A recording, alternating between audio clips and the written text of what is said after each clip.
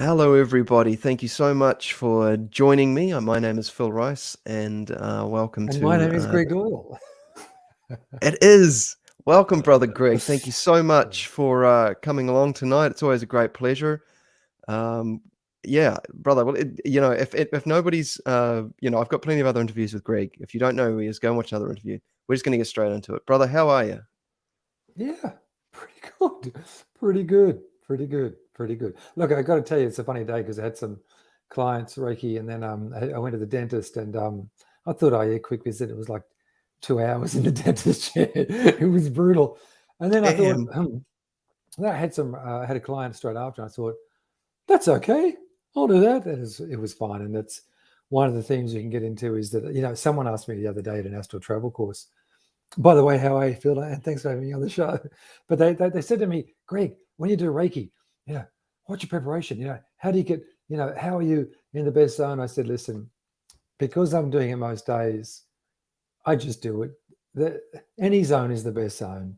And, it just happens. It's okay. So to a lot of people out there thinking, oh, am I in the right space? Have I done all the right clearing? All that, it's good just to do it. And the beautiful thing is that, this whole theme we're going on about, it's an unconditional theme. It's an unconditional energy and unconditional source of love. And it just is what it is. And I think once we get rid of these overlays of self-judgment and self-limitation, it just flows. So that's been my day, a funny old day, a funny old day. Oh, love it, love it. Yeah, and man, 2 hours in the dentist chair. I can't remember the last time I went to the dentist. I don't. It's not something I really.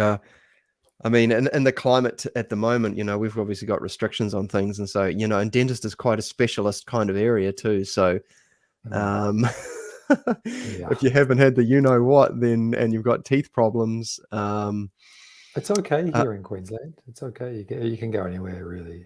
I think you just can't go to cafes or something. Not sure. oh yeah, I've heard this thing. There's this thing going on. I don't know, like there's this thing going on. People are putting on these things and doing this stuff, and there's this like this kind of this flag that they wave, and I don't know. I don't know. It's all about the floods with us here. No one's too concerned with Oh, much else because there's so much water. does that end up being a good thing apart from obviously the stuff that's not good? Does the floods help? It's a funny thing you say because I mean, part of me felt it was kind of the tears, empathy returning after like the Cold War of the last 2 years. It was the feeling of an emotional reset. Um, what also happens is a lot of the creeks, because I've got a creek right down the front of the house, but we're up on a hill, thank God, because it was a raging torrent. It does clean the bed of the creek, I must say, but it did feel a bit artificial. I remember at the height of the storm, it was kind of a lot of rain just sitting there for so long.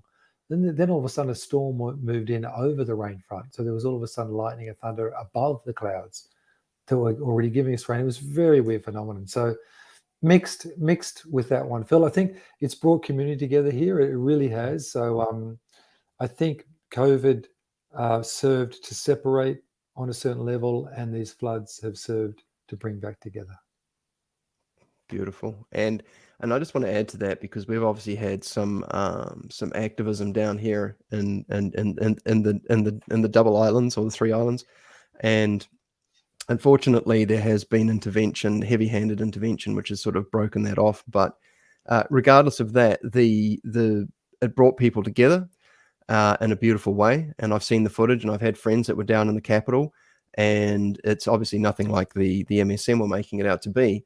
However, what I saw was a very diverse range of people that would probably not come together for any other reason, coming together and being together and supporting each other and finding a place and a role in supporting each other and supporting the movement. And yeah, lots of things were ironed out and all that, but essentially it's like going, this is what happens. And I heard Avi Yamini talk about this from Rebel News. He was saying, he was interviewing someone in Canberra, and like he's saying it's almost like funny that this thing that's sort of separating people, it's bringing them together.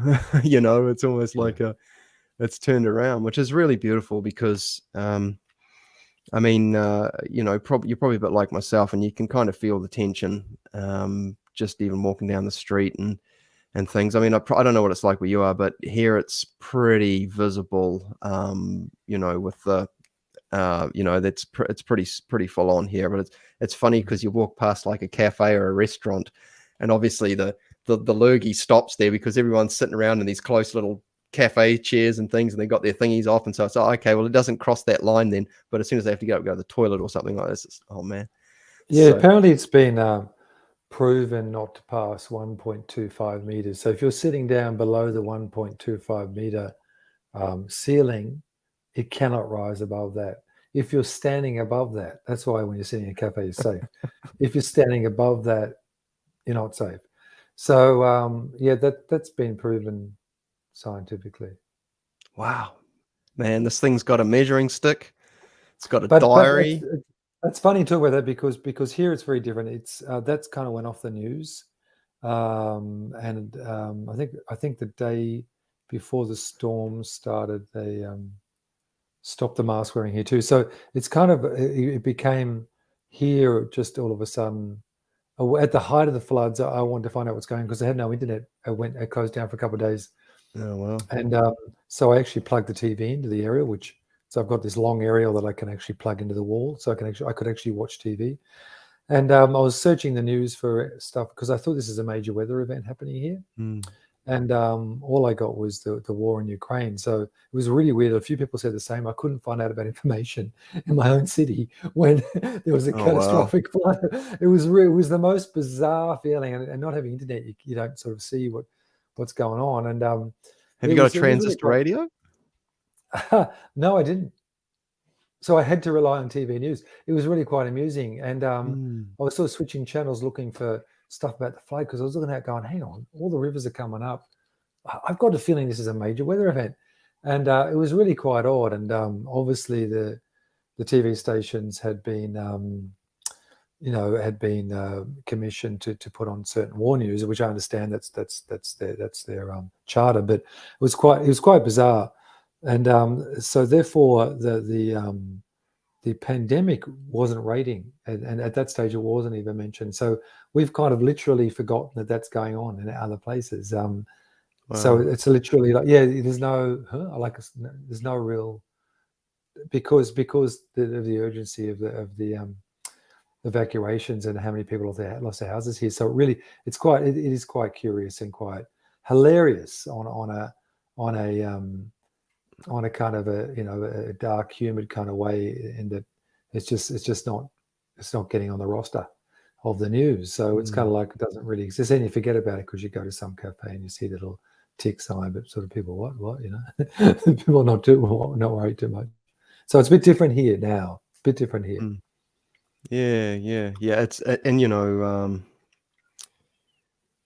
considering the kinds of professions that you and I are both in, are realizing that there is a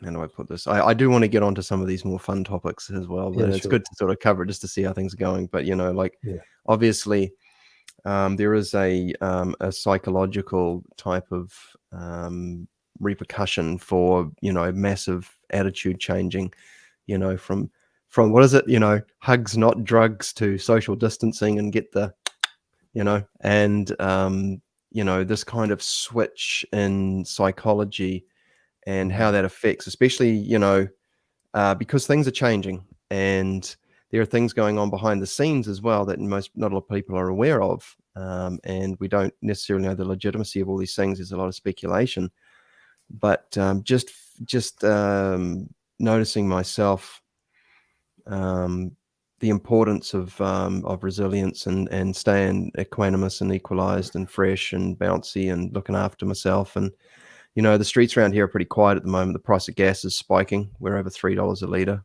and we have and this time last year it was early twos, but we also have the rollout of these millions and millions and millions of these rapid antigen tests as well. And so, that's almost like, I just can't help myself. I've got to say it. It's like hypochondriac OCD opportunity right there, and with the rapid antigen test, because I think you're because we're kind of slightly ahead of you in those steps, right? And we've had that big thing. I can't help think of the Pied Piper sort of, going through the streets and all the rats following, and all the rats, all the rats. That's right, and that's what the feeling. It's just kind of like, whatever way the Pied Piper weaves, the rats follow. It's it is what it is. But what you're getting back to this kind of post-traumatic stress syndrome that everyone has, and in fact present day stress syndrome. So I'm from where I sit is interesting. Doing Reiki and seeing the shift in clients and their issues, and it really is this kind of stress related thing, almost like a demoralization energetically. So fortunately for people who, as you said, that equanimity is so important. And I find, probably because of what I do and what that's what you're doing, is that you're kind of staying out of it when you give that energy, and it's kind of thank God, really. And so to anybody thinking of doing Reiki, even from the viewpoint of keeping one's own energy in balance, it's a marvelous exercise. As you said in your kind of prologue, I think, to this today, is that you have one foot in one world and one foot in the other world. And I think that balancing act is what it's all about. I think being human and allowing the anger, whatever, to come up, and feelings, and in the other part of you, he kind of observes the cosmic joke. And that aspect of you that observes the cosmic joke is able to tap into that that benevolence that it was always there, and it's always there. And so it is a seesawing affair. I think that's the human condition. One can't be in a human body. Are you going to sit in a corner somewhere and just meditate and not take part? I don't think that's why we've incarnated into the societies we've incarnated into. I think we've done that before. So it is very, very, it's a great time to burn off a lot of that kind of karmic grist, if you know what I mean. That craving, that craving that humanity has for suffering, which is very obvious now, and that is very much sated by all of this. So it is a great opportunity, and not to be demeaning at all of people suffering at all, but just to say, to observe it from that higher perspective, and to work at transcending it in whatever way you can. Reiki helps. Yeah, and well put, mate. These tools. I mean, this is not the first time humanity's been in an awkward position. This is a little different though, because it's a global phenomena. But the various traditions, all throughout history, have these tools, these fingers pointing at the moon, saying, there are ways to, to help you sort of use these turn this around as an opportunity. And I mean, that might be easier said than done. I mean, it's, it always looks better on paper, I guess, but finding the value in difficult and challenging situations, you can certainly make it a little easier on yourself by seeking that equanimity within. Yeah. And, a system like Reiki, whichever sort of school you're at, if you are spending time, with basically developing self-awareness, self-treatment, sitting and cultivating this equipoise, you're going to be a node of peace and tranquility and harmony in your community. And so when I go out for a walk, I'm smiling at everyone. I'm saying hi. I'm treating my stillness and my ability to maintain that stillness as a priority, so that I can radiate that out to other people, because you can see it in their eyes. You can't see the rest of their face, but this is the real utility of a spiritual system in times like these. And from my perspective, after studying many of them, and I must admit, some more superficially than others, my understanding is that something like just a practice where you have several tuning forks that bring you into an alignment, a synchronization of these three dantian, these three tandian, these three bodies. It pays big dividends, in challenging times, because best practices lead to best choices, lead to best outcomes, and whatever we can do to because things are getting tighter. We have the price of food increasing, and food is becoming a little more scarce. And people are also discovering, I think, that their relationship to food may be having to change as well, and so they might discover that they don't actually need to eat as much, or when, and all these types of things. So, but being, like you said, being able to observe, this is really important. I'm hungry. Isn't that interesting? I'm not moving into the craving of taking and then taking the action. I'm just noticing that I'm hungry, and then the hunger dissipates, and then I will eat. I won't be driven by this feeling, if you know what I mean. And this is like an ascetic practice. But also, oh, I feel angry. Oh, I feel emotional. Or I feel, and you just notice that, and you're almost, detach and separate from it. You don't let it drive you. And that's what I found these practices to be most beneficial for myself and the people that I've shared them with. Absolutely. I totally agree with you, Phil. And on that theme of like not letting things kind of rule you, it's a little bit like, this whole world of what we do leads us to kind of examine what we are, as opposed to who we are and what we represent, and what kind of stance are we representing, and why do we need to have a stance? Why do we need to have an opinion on anything? And I think sometimes I think of it's all in the words. It's all in front of us. If you think of the notion of current affairs too, I mean, it's a current, and I had a friend a while back, and I would experiment with this, and she was quite, how do you say, not really, just kind of drifting along, and could see it in her eyes. And then what I do is I bring up a certain theme that had a lot of potency. This was a few years ago, and you could see in our society, and you could see her eyes when I brought up that theme, and she had a real angle to it, and her eyes would change, and I realized that was the current going through her. So she had to represent, she had to defend that particular issue, that stance on that issue. Then when we changed the subject, then she went back to her kind of easygoing, and I realized it wasn't her. It was the particular current, that particular current affair that was going through her. And what I realized is a lot of that has come up in the last couple of years, and the rage and the outrage and the offense, and people needing to be this side or that side. So it is a classic case of duality being thrust very obviously in the forefront of our lives.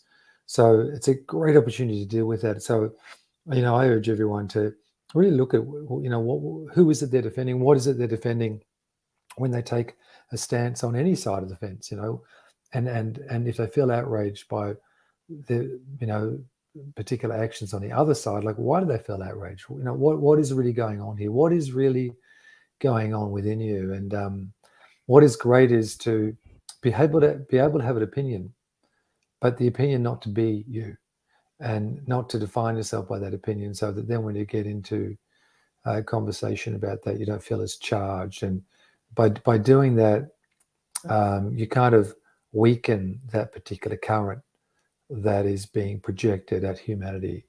And as a Reiki practitioner, what I often see now, what I've come to see, is when clients come in, they're troubled by something, I look in their eyes, and I'm not searching for it, but you can see that now. You can call it anything you want, but I kind of call it little egos, and I can see in their eyes there's something there that's not them. After the treatment, their eyes are kind of relaxed, and whatever it was, whatever we call it, whatever semantics we use, it's gone. And it's like, I've always felt with Reiki, shine a torch in, and the shadow, they've got to go somewhere, because shadow can't be in the light, So that's the joy I have, is just that notion, I think, that of shining in the light, and even in one's own life, just looking and illuminating those little corners, those little hidden crevices that are sometimes lurch out and grab someone around the neck before you know it. It's like a little while ago, I had a discussion with a neighbor about the situation, And you know, she was an elderly neighbour, and she was looking forward to being able to go to public places free again. And a very healthy older woman who had certain views on the situation, and you know, I kind of was on the same page, but I did kind of get angry about the situation around. And my wife said to me, "Greg, you're a bit angry," and I thought to myself, "Yeah, that's my human talking. That's okay," you know. And so when you walk away from that discussion, this is what I mean by the cosmic joke. Even though it's terrible, it's dark, and we do live in troubled times without doubt, but there's an aspect of one that is sitting there pointing and giggling. You know, as I return to this old guy that I talked about, I mentioned to you before in my book, the Buddha, Budai, who is all to do with, you know, not being caught up. You know, he kind of lives in a transitional way. He doesn't really get caught up in belongings and caught up in the dramas of the whole thing. And I think that's the beauty when you find yourself having a bit of a giggle at yourself and at the notions you're representing. You know, there is this aspect of the cosmic joke, which I think is actually quite loving. I don't think it's demeaning. I think it's actually, you know, I think when all this is said and done, we'll go away from the drama of it all, and we'll, you know, this is when we pass on to the next dimension, whatever. And I think we'll all put our arms around each other and say, "Hell, you know, that was a bit of fun, wasn't it?" Yeah, you know, and since I've been sort of getting into the study of these Hermetic practices and sort of like viewing the sort of the three energy bodies that, you know, that we get from sort of like Chinese medicine and that from a Western view, and learning about their understanding of what the middle dantian, or what they would call the astral body, but that it's hooked into these currents of society. And so, you know, in a nutshell, like the physical body or the lower dantian is in the moment. It's the information field that the cells will work off. They're all in the present moment. Whereas this middle dantian, this is our lifespan from birth to death in this Hermetic view. And you know, we form these chords and we get caught up in these currents. It's almost like we don't know we're in the ocean. It's like a fish that doesn't know it's in water until it learns to jump out the water and goes, "Oh my gosh, there's a whole nother reality." You know. And this thing about freeing ourselves and basically, you know, these traditions all talk about, you know, essentially you're purifying yourself against, inoculating or immunizing. I don't like using those words, but that's how it is, against these influences, so that you can rise up this scale. And you know, it's kind of, you know, you can see it when people get caught up in fads and trends and, you know, the latest thing. And really it's just like a provided kind of, you know, chase your tail thing, that, you know, like what's the next thing, the next stimulus that's coming. And then, you know, when you sort of get into one of these practices, and especially like, you know, when you start, you know, doing things like out of body and even lucid dreaming and things like that, you know, you're almost sitting on the riverbank, you know, looking at the river running through and around the stones and things like that. And but little do you know that you're also in a river that you don't know you're in. There's other levels above that as well, right? But the thing is that, you know, it's like stepping back from the painting and having a whole new perspective. And this is what I really love. Now I know, you know, you know, as far as you know, teaching out of body stuff, I presume that you're all good to go with running classes at the moment. I think I saw one on your website. Yeah, I had one on just a few days ago on Sunday, actually. Yeah, it's good. Yeah, and I'd love to hear you talk about, you know, because this is one thing I put in that little prologue on the Telegram, was about, you know, because for me, validation is really, personal validation through direct experience is really important, because otherwise it's just kind of like, yeah, it's he said, she said, who knows, right? You know, but when you're actually able to engage these things and have a full-blown, unmistakable experience that is repeatable and starts following a scientific framework, then it's like, wow, wait a minute, hang on, what?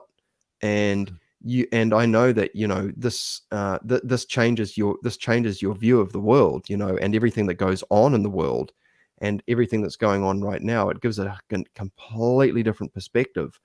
And so, I'd love to hear,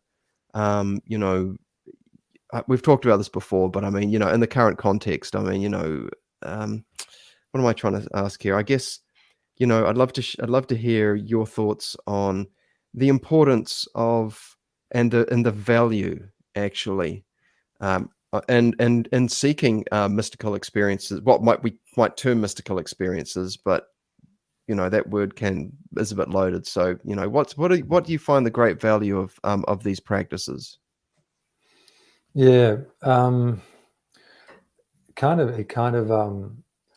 as you say, the word discipline, it's a good word. I think a lot of people have negative connotations with that word. I think it's a positive thing, and as I say to a lot of those who come to my courses, with a lot of the meditations and practices we do, what I've learned is that my energy body or higher self or my operating system is a lot more intelligent than I previously thought. So a lot of these meditational techniques that I share for the Astral experience, they're not so much a chore as they're kind of like a delight.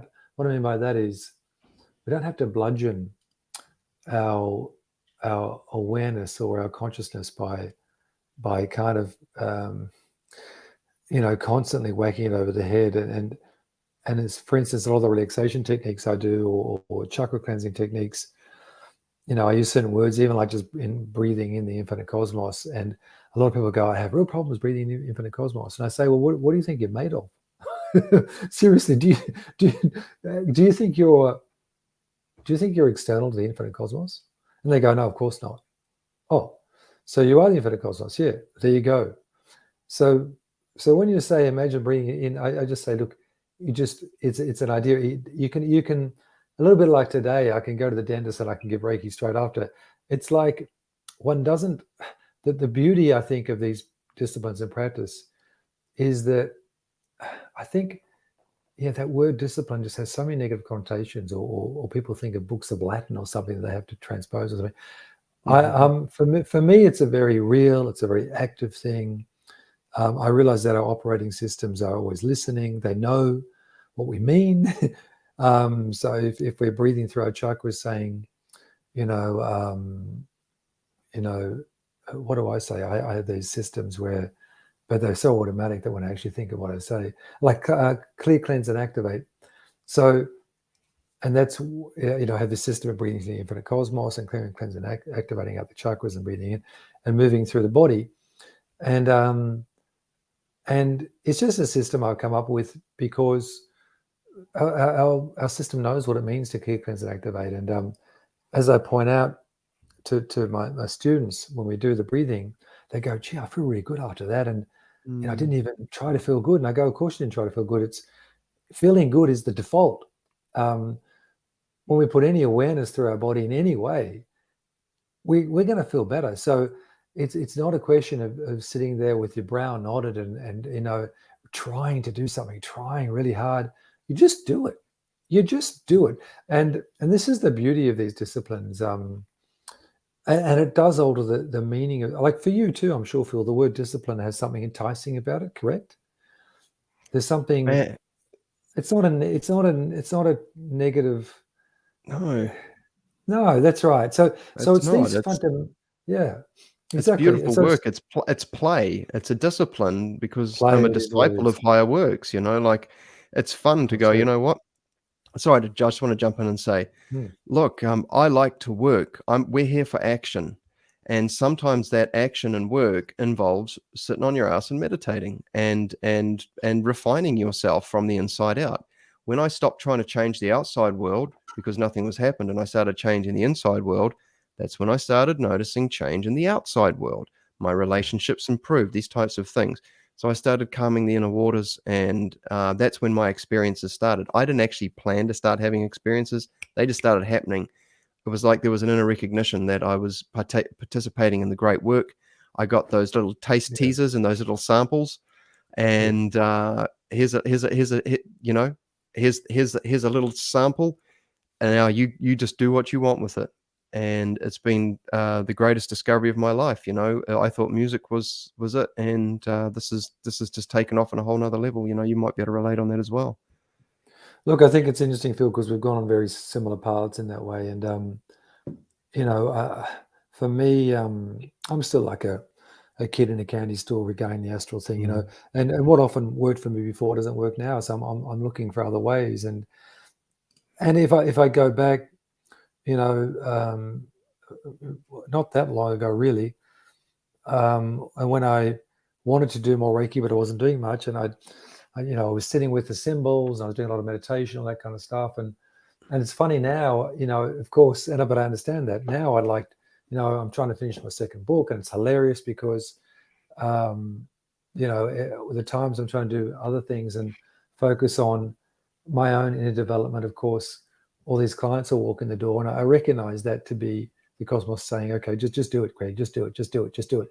And that's the way it works. And you go through times in your life when you're doing a lot of work introspectively, and then there's other times when it externalizes. And I think that's just the ebb and flow of life. And and like I had the best workshop the other day, and I'd had a shocking sleep the night before because for some reason my hips were really hurting, and which so often happens before a workshop. And I slept shockingly. And I remember I thought, oh God, I've got this workshop with quite a few people, and it was the best workshop. And I remember thinking, just 2 minutes before it started, I remember thinking, what was I going to do again? what was my plan? I mean, do you think I write anything down? Of course I don't. And it was perfect. And I've learned to trust. And I've learned that when often when there's times when you've got to what's the word? You've got to transmit. You've got to deliver. They really are the times I find when this whole channeling, this notion of watching myself do what I do, and really anybody. I mean, it's just it's going along for the ride and enjoying it. And you hit upon it before, Phil, when you said play. And I think discipline has a lot to do with play. It has a lot to do with play. I mean, one of my favorite pastimes, I was telling the group, and this answers into your first question about just I'm not sure what the question was, but I remember it was a good question. I'll often tell clients, I've got this zero gravity chair, or this beautiful NASA design. I think I've showed you. Yeah. Anyway, they said, oh, so what do you do? What do you do? And I said, well, these are some things I do. And I was just sharing my techniques. But one of my favorite pastimes is what I call contemplation. Now, it's not really meditation, but what I do is I sit back in my perfect chair, and I'll do this often in the morning at some stage, and I'll just look at how I feel. So I'll kind of lie there. So I'm on this zero gravity thing, all the pressure's taken off the spine. It's very relaxing. And I'll just I really enjoy toying around with just looking into my mind, looking at what's going on. Am I stressed? What's on my mind? So this notion of what is occupying my mind, I think that's square one. Good and bad. Let's forget dualism. What is occupying my mind? And I look at it because more and more I'm of the persuasion that what is occupying our mind, or the thoughts we have, are not us. So as you said before, with appetite, these cravings, thoughts are a bit similar to cravings. So one of my favorite pastimes is I'll lie back and just look into my system, look into my operating system, see what's going on, what's on my mind. Put it into bubbles a bit, let it go. I like the idea of being unoccupied. I like the idea of being vacant in the best possible sense, because it's my belief that the benign, from what I've experienced, the benign energy of the universe is one of love and is one of the healed state. This is the I am state. So if we get everything out of the way, and the human experience is about that everything. As you said, the murky waters, we know there's this, we know that there is a surface which is utterly clear. We're swimming through murky waters the whole time, not even knowing it. And I think that's what I love about what really hooked me in to this whole world of what we're talking about here, of energy. Where my early astral experiences, when I first experienced that singular mind, a mind that is unfettered, unencumbered. And I just thought, holy shit, what is this? It was like a clear beacon of a signal. And it was just like, wow. And people don't realize when you get to that kind of beacon, that clear signal, in terms of manifestation, like you take a clear signal into the cosmos like that, it is answered immediately. And this is the magic. This is the fun of it all. It is amazing. So, I'm always questing for that, but I'm not pushing for it anymore because that would be a craving. So I kind of play with it. But as I went back to before, this notion of contemplation. Now, I looked into that. Going back in Roman times, the leaders then of societies, they'd be given a problem to solve. They'd be given, this is the situation. This is, there's an uprising here. What do we do? The leader would not be appearing on all of this media. The leader would go away for a week or two and would contemplate the issue until an answer surfaced. Now, we think of those murky waters. Now, the thing is, when you contemplate, you just allow that water to be, and then occasionally it stills. And then clarity comes. And that really is ideally how the political system would be, that we would give them our issues and they'd come forth with a notion of how to go forward. And I don't do this contemplation to be good. I don't do it, oh, that's hard, I should do that. I do it because I love to, and I can't imagine the day without these times of kind of just clearing away the cobwebs, and it's so simple, it's so easy just to sit back. And I don't feel like I'm a slacker when I do it. Quite the contrary. I feel, this is important. It's the opposite of reading a newspaper, and it's just like, and then the rest of the day, I just feel like I've got a tickle in my heart. It's just like I don't even know what I've diffused, but I've diffused something, and that's what I mean. Our operating systems are so intelligent. We don't need to know all the answers verbally. You just do it, and that's like with the Reiki. I've learned, in the beginning, I would. And as one should, I'd be feeling into it the whole time and bringing it, but now, you just trust that it works. And I think when a lot of people, let themselves off the hook and just allow themselves, to trust in their own potential, and it's just there, and this is the great joy of it all. I'm ranting here. I'll hand it over to you, Phil. It's interesting you mentioning contemplation and what you do in the Hermetic system that I'm learning and developing and practicing and building upon as well. It's a refinement process when you're using older texts. And it's funny because this particular book is called Initiation into Hermetics by a chap by the name of Franz, wait for it, Bardon, Bardon of all things. I do like it.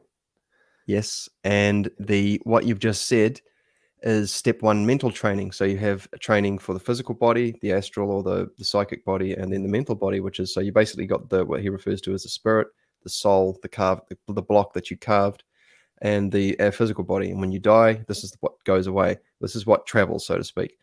But anyway, what I was saying is that step one, mental training, is broken up into 3 meditation processes. And it's funny. The first one is just sitting there and observing the rising and falling away of thoughts. Vipassana training or mindfulness training, you're just sitting there and you're just watching them. You're not attaching to them. You're not touching them. And what this does is it separates the observer from the observed, right? And then you have this expanded mental space that evolves. And then what happens is that there's the observer and then the observed, and all the thoughts are off in the distance, and you get to choose which ones you take on rather than the magnetizing and the close orbit. They're not in a close orbit anymore because the mental space is expanded. But what happens then is that there's this environment, the mental landscape, which you get familiar with, because there's the observer, you just sitting there going, oh, okay, there's this thought that's just arisen out of the mind substance. I am not that thought, it's just what popped up. And then there's the stillness, which is the environment which kind of houses these 2 things, the observer and the observed. The second part of the mental training is samadhi, or the single point of concentration, where you learn how to just focus on an object and you get a very different type of stillness. You're harvesting a different type of equanimity, or what they would call akasha. And essentially what happens is that, you learn how to focus and concentrate. And then the third exercise in the step 1 mental training is that you shift your gaze, like you move your mind like a feather from the observed onto the stillness. And then you learn how to use samadhi, single point of concentration, to focus on the stillness, which is the akasha, or the ether underneath, or the 0 point whatever.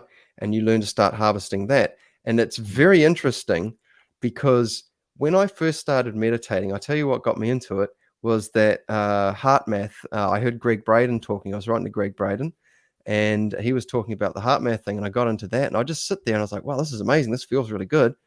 But then I was just like, actually just like sitting here and like watching what my mind does. And that was it. Like, that's what I did. I get up at like 3 o'clock in the morning, and I still do. And I'll just get up and like, it's really dead quiet. I haven't got all the noise, and I'll just sit there and I let my mind settle, because I've had a lot of dreams and things, and that can set you off, and I can wake up having emotional things as well, and that. But I wake up and I just sit there and I go, huh. And I'm just watching it, and I'm not touching them, and they're just rising up and falling away. And I didn't realize I was doing that. And it wasn't long after that I did that I started having certain experiences. So, I also wanted to point out, because you're a surfer, aren't you, Greg? So it turns out that the physical training involves basically maintaining an elastic body, which is essentially stretching the muscle fascia and the white tissue of the body, which corresponds to many different sports and things. But being a surfer and learning to stabilize, these are all Qigong exercises as well.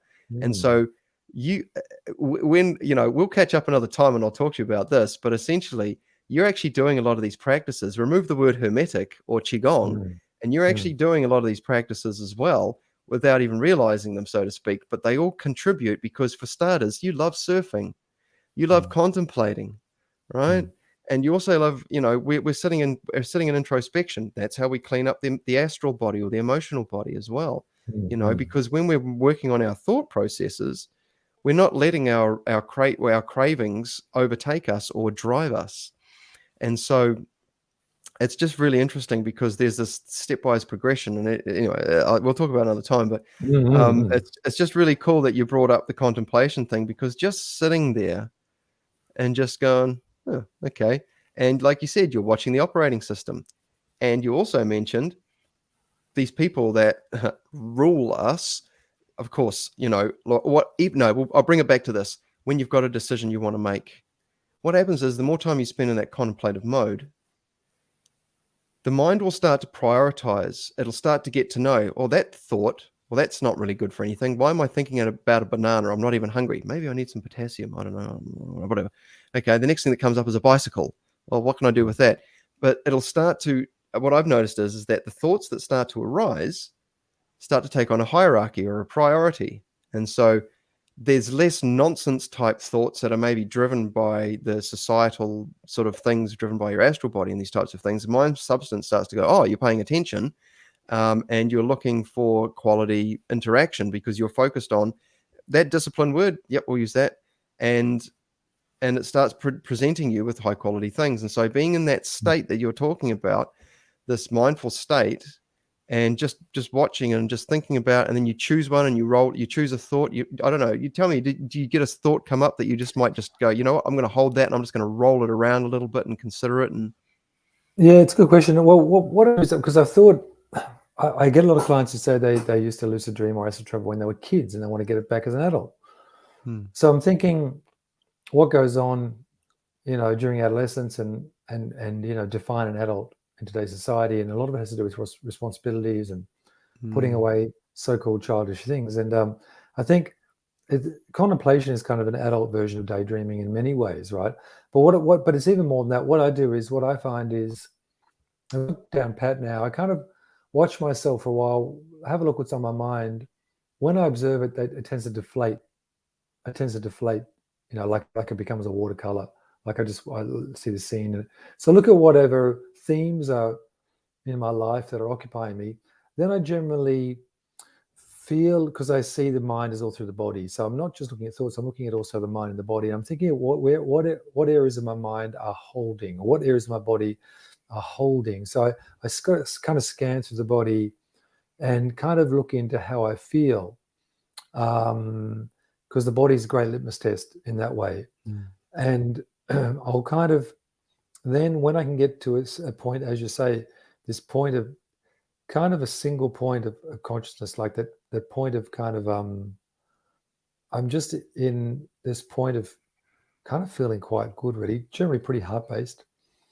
And then I will allow myself a little bit just to slightly skate under, and then come up again. And this is where some people ask me, are binaural beats good? I find they're good for that. They're good for your awareness or consciousness, just sort of staying around that phase where you can kind of swim in and out. Because I find often when I swim in and out here, I often get an astral insight, or I'll hear an astral noise. I'll hear a noise that is very real, or a vision. I'm not actually trying to steer it in any particular direction, okay? Because I'm aware that I'm actually not my body or my mind or whatever. So it's kind of like, it's a little checking in or checking out of the operation system, if you know what I mean. It's a chance for the operating system to kind of defragment on its own. So it's this trust in allowing the system to defragment. And when I say trust, what I mean by that is, like this Astral course the other day, just before, when people were sitting down in front of me, I suddenly had no idea what I was doing, because I had the worst, very bad sleep the night before, which is unusual to have that kind of sleep I had. And I think the bad sleep was to get me out of the way, because when I look back, I had written a few notes earlier, and I didn't do the things I wanted to do, but what I did was actually far better. So when I've been there, for instance, when I've been in Astral and I communicate with people, it's always telepathic. It's never verbal or never, spoken. And I've analyzed the process. So I'm with someone telepathically, and so when it's my turn to converse, it comes out of the top of my head, and it's perfectly put, perfectly articulated string of words that are chosen better than I could mortally choose them, right? And vice versa. So when the person speaks to me, I'm pulling out of them what it is I wish to know that they know. So it's this effortless kind of communication, toing and froing. And I find more and more, as I keep alluding to tonight, this notion of just doing Reiki or just doing an astral course or whatever it is you're doing, trusting, and I'll even cut to these notions of that I have these lucid dreams often. And when I'm lucid in a dream, I allow the drama to be. Like if I'm falling off a cliff, I don't even try to control it. I allow myself to fall off the cliff, and I feel this incredible bliss overcome me. So, it's almost not giving into the stream of karmic dualism or this need to control. I know it's a fine line. And it does get through layers of discipline or through levels of discipline. But it's this wonderful sense of surrender, almost ecstatic, really. And I guess in the end, because of my own angle, coming from the astral viewpoint, because I'm perhaps subconsciously wanting to recreate or wanting to, I love that astral feeling where it's just this unfolding, like you're not pulling back the petals of the lotus. It's just unfolding. Like it's just unfolding. That does imply surrender, doesn't it? And I think, and as much as the agenda in the current state of humanity is kind of to stifle that, it's looking to, what side are you on? Bang, bang, bang, bang. Are you outraged? Are you outraged by that? No, not by that. No, you're outraged by that. So, but in many ways, that's the agenda serving us. That this is the beginning of the fall of karma. This is the great apocalypse. This is the great awakening. This is what I feel is going on. Certainly, within myself, I feel that, and others, and I think you would say the same about yourself. I think it's a beautiful thing, but it is a sense of not just being slovenly, or it's just this letting go I'm talking about. It's something greater, and so my contemplation goes toward that feeling of, allowing these petals around my crown that are kind of being a bit manipulated by myself or being held a certain way, just to let them to go whichever they wish, and it does imply a certain amount of trust. But as I've said in the astral, it is a benign energy, and that's a very lackluster word, but I kind of like it because there's a bit of equanimity there. It is a beautiful support of all loving energy, and that is the default. So all disciplines we do are to rid ourselves of these layers of the ego. That's what it's all about, isn't it? Yeah, well, my understanding is that, the ego has a job, but it can sort of like take over the flat, and we don't want that. We want it to, it Right. needs to be put in its place and recognize that it serves a function, not as a driver and something that can, and in the societies we live in, especially here in the West, I mean, it's very egoic. And I just wanted to touch quickly on what you mentioned about, I remember showing up to guitar classes and things as a music teacher, and I hadn't slept that great either, and I was tired. And I'm a full-on animated theatrical teacher, especially working in primary schools and or just in general anyway, wherever I was at. You had to keep the kids' attention, and I really noticed that. Yeah, and sure, there was a bit of momentum because I did it for quite a few years, but essentially, you know, what I found is, and I find this even more so now with these online courses, or any time that somebody asks me about any of these metaphysical topics, and hearing one of my teachers talk about this, he says, "Look, I don't need half of the stuff that I know; it's for other people." And what happens is when the student asks the question, I feel like I didn't even know that I give an answer that I didn't even know that I had. It kind of gets Mm. pulled through you. And I've had that experience a few times. And I want to come back to this, connects beautifully, segues beautifully with the lucid dreaming conversation, because I've had lucid dreams where I'm like, oh, cool, I'm lucid, right? It's party time. Let's have some fun, or let's go ask some questions or do some stuff. And then, but I feel this subtle urge to not take control. And if I just stop, then all of a sudden, a subtler part of me starts taking over and starts guiding me and showing me things. Mm. Mm. And for me, I find that very interesting because, I refer back to this hermetic perspective quite a bit, but essentially, this want to control things, like a craving to go, oh, what can I satisfy? What part of me can I sate? And this is where I would separate, say, the astral body from the mental body in the hermetic sense, is that this is the spirit, this is the soul, this is the this one here is the one that we're seeking, that's highly influenced by society and by our cravings and things. And then we have the action station down here, which is our, how we move in the world. And Mm. so for me, it was just like, oh, goody, I'm here. But then I was like going, actually, there's something else. And I don't know if it is this. I'm still pulling this to bits. But like you said, you just, when you go with it, there's things that are trying to share information with you. There's parts of you that are trying to share information and teachings with you to help you, to get to the next levels, and that, and Mm. you know, just engaging these practices. I mean, from my understanding, and if you could just give me your rundown of this, have you found that there are different realms of exploration when you're out of body? Oh, totally. Totally. I call, if you go out, like what is classically known as the out of body experience is if you go out in this dimension, like in this frequency, what I call the fourth dimension. So if you're like a ghost, right? And then you've got these other realms where you can generally one is moved to go up, so it's kind of representative, I guess, but you go to higher and higher states. So generally in the lower realms, you've got what they call the lower realms. You've got these like threshold entities, and these are like aspects that reverberate to probably unconscious trauma within ourselves, the ego state. So that's where often a lot of people get short stopped, is that there's a little monster there or something that's basically just resonating to the fears they're taking out. So this particular reality we live in triggers a lot of fear within people, and even throughout my whole lifetime, I think that always that the first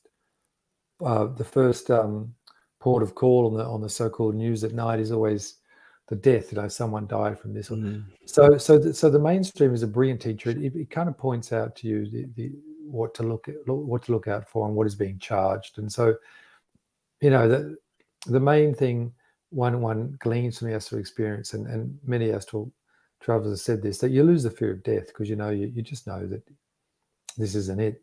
So when you lose the fear of death, you become a lot more adventurous because, ironically, some people in my astral classes have said, "Oh, but what if we get body snatched?" And I say to them, "Well, I used to say, oh, look, it hasn't happened, and oh, can I die?" I say, "No. Then I changed that. I thought, well, I don't know. I think it's good to look at the worst case scenario. If it's your time to go, it's your time to go. If it happens during an astral class, it'll happen during an astral class. It hasn't happened yet, but I'm not going to. So I think literally the ultimate astral experience, as in the last astral experience, is death, and that's also something many astral travelers, including myself, have experienced: is death in the body, in an astral, and it's like I don't know. It's kind of like when those mortal existential fears are cast aside, it makes it a lot easier to get through those lower realms, and then you can explore higher realms. So while I say astral, probably technically you're moving beyond the astral realms, but it's just in these days, that's kind of the vernacular, is just to call it, astral traveling, but you're really into interdimensional traveling, whatever you want to call it. I even went to a place called Heaven once. They called it Heaven. Very nice place. So it is what it is, and a lot of people say, did you go to the seventh dimension, the eighth, ninth? I don't know. No one. I didn't see a signpost saying third or fourth, fifth, sixth.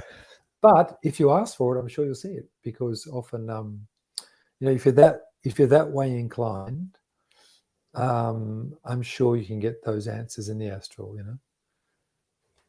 Yeah, and you'd kind of nailed it there. I mean, the labels are problematic because one of the most profound teachers I've come across is an Australian chap called Mark Rasmus, and he talks about this from a Buddhistic point of view: Hermetics, Buddhism, Qigong, Wing Chun, Tai Chi, da da da da da. He's reasonably switched on, this chap. And basically he says, look, if you like rock and roll and alcohol and chicks and all that, and that's what you pay attention to when you leave, that's what you equanimize with. That's what you're gonna get when you leave. If you're into this, then if you're into, and I'm not going to use any particular religious thing, but essentially if it's some kind of fear-based thing, then that will take you so far, and what it comes down to is what you pay attention to, because what you pay attention to is you basically come into stillness or equanimity with it, and you're cool with it, right? It's a very clean connection, and you've got a very strong connection with it, and that's what you're essentially cultivating. And that's when it's time to move on, that's the sort of the quote unquote heaven, or the place that you'll go. And then, of course, you hit the wheel of samsara, or the Ouroboros, or whichever term you want to use. And apparently, I don't know, seems pretty legit though, you come back down for another turn. And so what I've discovered is that the great work involves essentially starting on the earth plane, removing all the influences from this, and then there's work to be done, and there's a way to clean up these things, and cleaning things up is one way of putting it. But oh look, hey, it's all just such fun. Like, I'm so glad that I've discovered this life, and finding ways, and there's a challenge in making it work so that it's sustainable as well. Because obviously we live in the West. We don't live in a country where the local villages build the monastery and bring us food, and we can sit around and just do our practices all day and offer support and these types of things. I mean, that'd be great, but I must say I do enjoy some of the accoutrements and the luxuries that our societies provide. And yeah. But Greg, hey, look, mate, we're hitting the hour, and I was going to say, is there anything coming up that you'd like to share? Any classes or events, or any just anything that you wanted to share with everyone? Yeah, sure. Look, coming up at the end of the month, I've got a Reiki 1 course weekend, and then the weekend after that, early April, is it? Yep. Is a Reiki 2 course. So a few people are signing up for that. So if anyone's in Brisbane, otherwise, just have fun with things. You can check out my website. You can see the gregdoyleastral.com, and there's a few things to play with. I've got if you look at the tabs, there's like an astral tips and techniques tab. You can check out a few different tips. But I recommend anybody just to go where they're interested. Like just reading up on this stuff helps. Just I just suggest people to go whichever way they're fascinated. Whichever way you're fascinated is your way, really. Whichever way feels like fun, and also not to be too hard on yourself. A lot of people, they're quite hard on themselves, and it's okay to be human, and because we are in a human realm. So don't be too tough on yourself, because it's funny. Just recently, I've had a few clients who are they're just very they're high faluting performers in kind of different arts, and I just they're just quite a lot of people seem to be going through struggling with that at the moment, just being a bit hard on themselves, and just self-acceptance goes a long way, self-nurturing goes a long way, and as you said earlier, it's playfulness. I know myself, to get my energies back in sync, I've got to play. I've got to have fun. I've got to go surfing. I've got to play tennis. I've got to jump on the lake, go for a swim, sit with some turtles. Just do something that's fun. But it's been great to chat, Phil. Appreciate the opportunity too, as always. Yeah, thank you, brother. I appreciate that. And yeah, you're absolutely right. Like, you know, what is it? The short game fuels the long game. And so, when it comes to if you're on a path and you're looking for engaging in spiritual and mystical experiences, and they are elusive, and you're feeling a little bit disheartened, my suggestion is that you find something that really makes your heart sing, and then you find the low-hanging fruit that nourish that short game. Now, that's not a negative connotation. What that does is those are the graspable things within your reach that will help to keep you juiced up and following your path. Because for me, once I found that things of the world weren't so much interesting anymore. Don't get me wrong, I still enjoy going out into the bush and talking to people and that, but looking for something else to nourish myself and to explore, I found that I found the things that nourished me, and I was like, wow, this is it. Wow, this is great. And when you're in that space, you've got unlimited energy. You've got energy all day long for your favorite thing, like the kid with the video game sort of thing. And people who know who I listen to will probably hear some of his speak coming through too. But this is the reality of it, guys. Is like, we're here for a good time, not a long time, and make the most of your time here.